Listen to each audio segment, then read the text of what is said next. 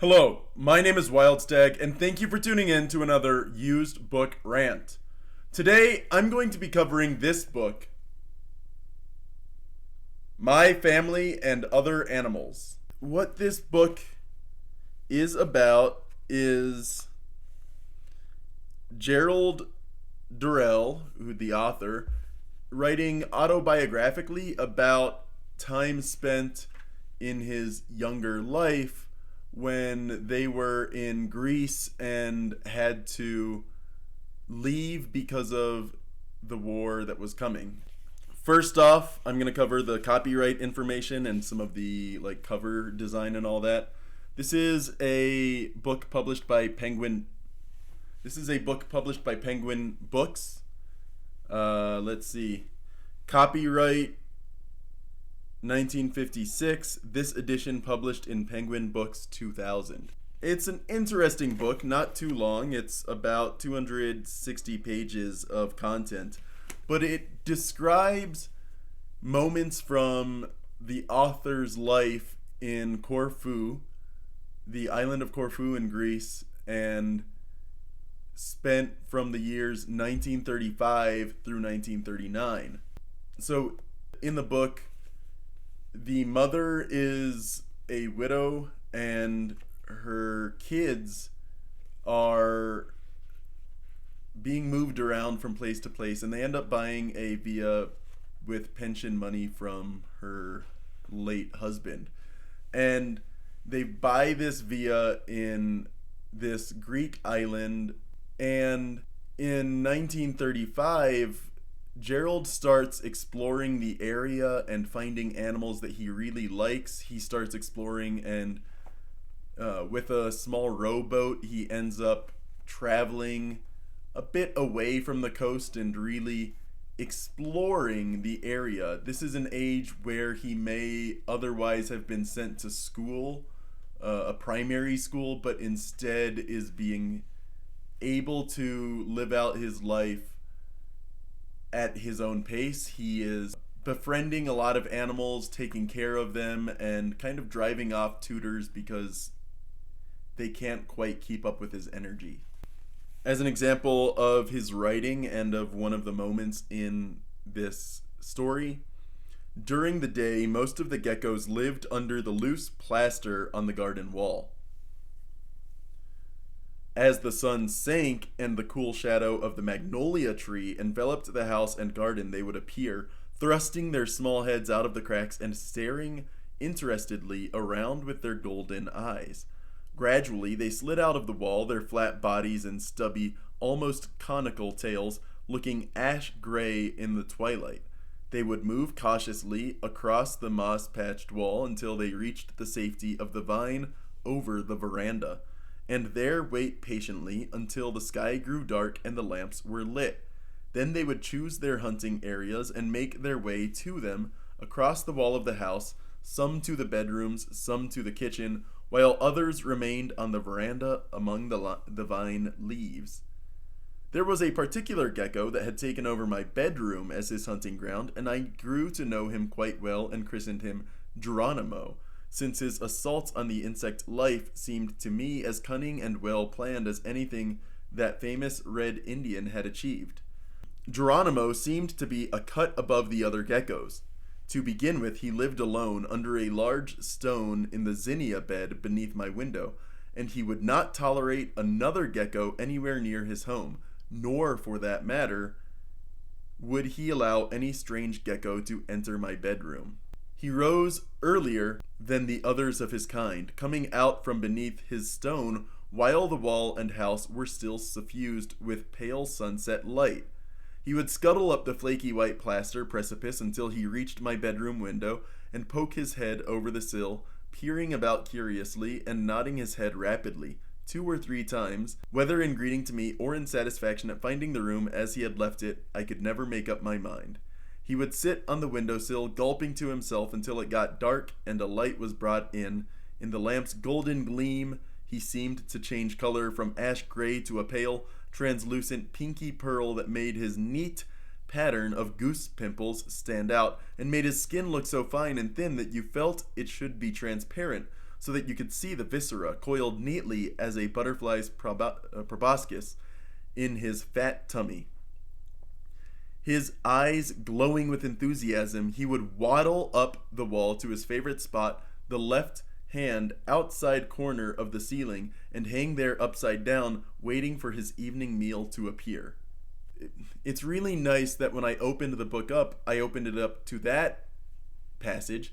I didn't scroll through the book looking for the best passage to read to you, but that passage is really funny to me because I live in the New Mexico desert, and I jokingly have referred to some geckos around my apartment as my door geckos, because around the warm month of the year, March or April, as their hibernation is ending, they come out.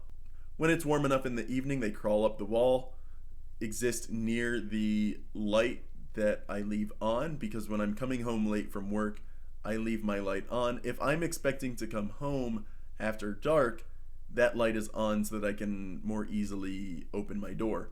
And they will be on the ceiling, they'll be on the window, they'll be on the walls, the lintel. Sometimes they're on the letter for my address right next to my doorway. So I nickname them my door geckos, and sometimes they'll also be on the window on my back room, this room that I'm in right now. They'll be on the glass of the window, and with the light on in my room, I can see almost through them. And it's really cool to know that curiosity about geckos is timeless. People have been curious about them since, I'm sure, as long as people can be curious about things in general. And the way he describes these geckos are ways I look at my own geckos, that, my door geckos. Sometimes I'll even name them. Usually I can't identify them individuals, but I jokingly say, like, oh, Karen is on, or Gerald the gecko is there, or Tim the gecko. I'll post a picture of them and then post a goofy name. And they're pretty good at doing what they do. I've seen as many as 7 by my door. I've seen them fall from the ceiling and onto the ground and get up and move away. They usually run away from me, but these are really interesting creatures. I've even seen one baby gecko in this room. Somehow it crawled in, and geckos rarely make large broods. They have like 1 or 2 eggs, the kind of gecko that lives near me. And so these are big eggs relative to their body size. And so one baby gecko managed to get in here, the only of its brood probably, and I caught it and put it outside because in here was not safe for it. I would eventually step on it by accident. On that note, there are other animals described in this book, and there are different life events described in this book. It's not just the geckos, it's owls, birds, mice, all sorts of small animals, and also his family and the ways they interact with the people around them. So, and in addition, when I say his family and the way they interact with people around them, this is understanding that it's the context from the lens of a child. So these aren't exactly, the best ideas of what these people are like, because it is a child and it is him as an adult reflecting on that time and writing about it. So I purchased this book for $5.98 from the Coaz on Solano in Las Cruces, New Mexico. And now that I see that, I know when I bought this and why I bought it from Coaz and how long it sat on my shelf before I read it.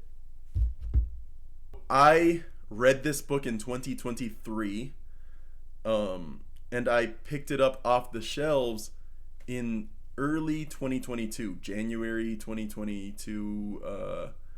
I went to visit my aunt in San Diego, learn how to make menudo and tamales from her, And then on the way there, I had seen this book at a used bookstore in Arizona, but I already had 2 or 3 books from that spot, including, I want to say, Brown, which I discussed in the early days of this channel.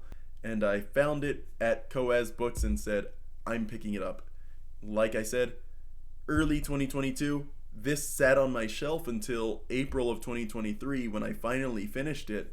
I think it actually was one of those books I read for a couple weeks, so I probably picked it up early April or late March, but it's been sitting on my shelves. This is one of those books that I've been wanting to discuss and never got around to discussing on this channel, so I'm glad to finally be able to share it with you.